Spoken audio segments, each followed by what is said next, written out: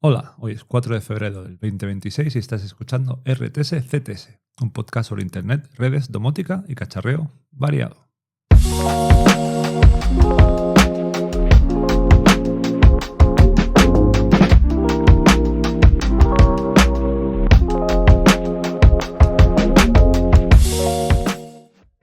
Y hoy vengo a hablarte de los SMS, que es algo que, bueno, si tienes menos de 30 años, probablemente solo has recibido SMS alguna vez en tu vida, mensajes cortos, pero no han mandado ninguno. Y si tienes más de 40 o 45, probablemente conoces bien los SMS y fueron una parte importante de la comunicación o de una forma de comunicación que usaste hace años, incluso probablemente para ligar o similar.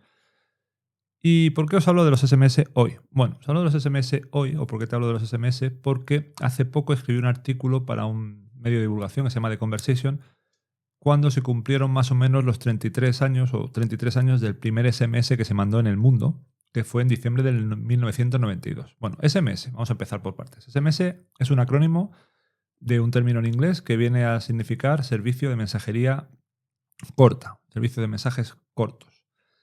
Y es un servicio que, bueno, ya tiene 33 años, que surgió de casualidad, entre comillas. Bueno, no que surgió, el éxito fue una pequeña casualidad. Hace esos 33 años se mandó el primer mensaje, fue un mensaje que se mandó desde un ordenador hasta un terminal que era un terminal enorme, que pesaba bastante, y que decía Feliz Navidad en inglés. Un ingeniero lo mandó para probar la funcionalidad del mensaje corto. Esos mensajes cortos, tenían en aquella época una finalidad o estaban pensados para comunicar máquinas entre sí fundamentalmente. Por ejemplo, para hacer telemetría, para detectar errores o para controlar flotas, ¿vale? La idea era que pues fuera un poco como el comienzo, el origen de lo que hoy es el Internet de las cosas, hacer que a lo mejor una máquina de vending pudiera mandar un mensaje o controlar dónde está un cierto camión de logística o notificar de algún cierto error. Pero no estaba pensado ni mucho menos para comunicar personas, que fue en lo que se convirtió. Se convirtió en un éxito hace muchos, muchos años, por varios motivos también. Uno de ellos fue que al principio estos mensajes ni siquiera se cobraban, no se tarificaban porque los operadores no tenían pensado ese uso masivo que se hizo. Eso cambió rápidamente y se empezaron a cobrar y fue una fuente de ingresos muy grande para los operadores, como los que tenéis más de 40 o 45 años sabréis. Además, los mensajes al principio ni siquiera se podían contestar. Bueno, al principio. Ese mensaje de hace 33 años ni siquiera obtuvo respuesta porque los terminales ni siquiera soportaban eso, no estaban pensados para enviar una respuesta en los terminales móviles. ¿Cómo funcionaban estos SMS?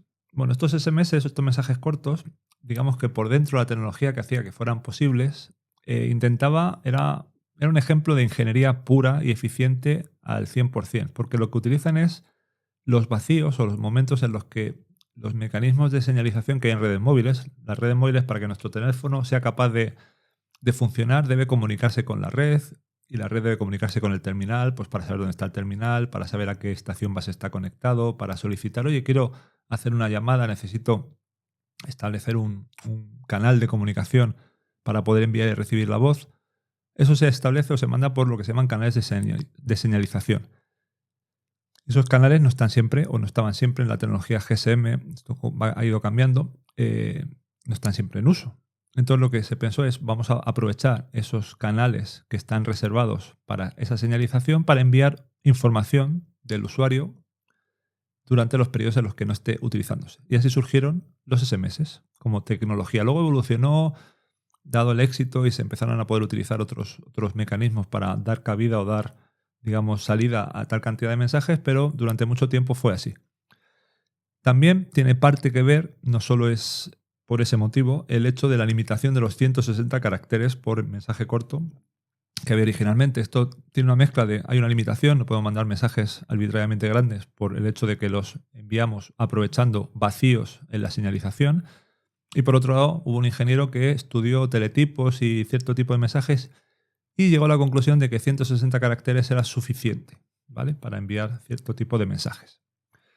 Y bueno, esto fue, como dije, un éxito masivo hasta el punto que en ciertos momentos, por ejemplo, la Nochevieja o la Nochebuena en España, las redes se saturaban o incluso se saturaban incluso a pesar de que los operadores redimensionaban sus redes, reconfiguraban sus redes, más bien, para dar más capacidad a esos canales de señalización para ser capaces de mandar más SMS.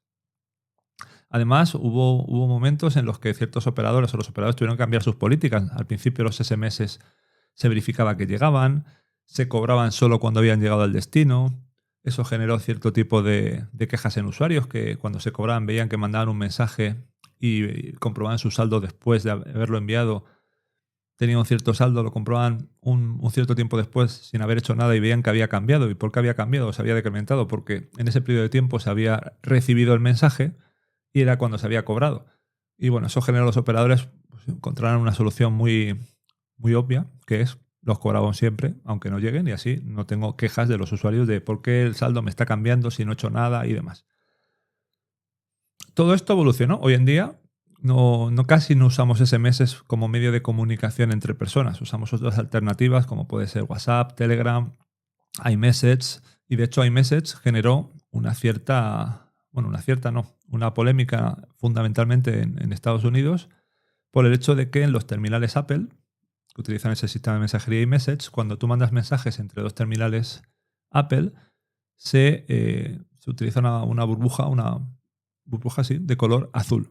Sin embargo, cuando el destinatario es un usuario no Apple, que no utiliza mensajería o no tiene un terminal que sea capaz de hablar iMessage, lo mandaba por SMS y eso hacía que se vieran en mensajes o en burbujas verdes. Y eso generó cierta estigmatización en los usuarios, sobre todo en Estados Unidos. Eso es algo bastante local. En Europa no soy consciente de que haya habido ese problema.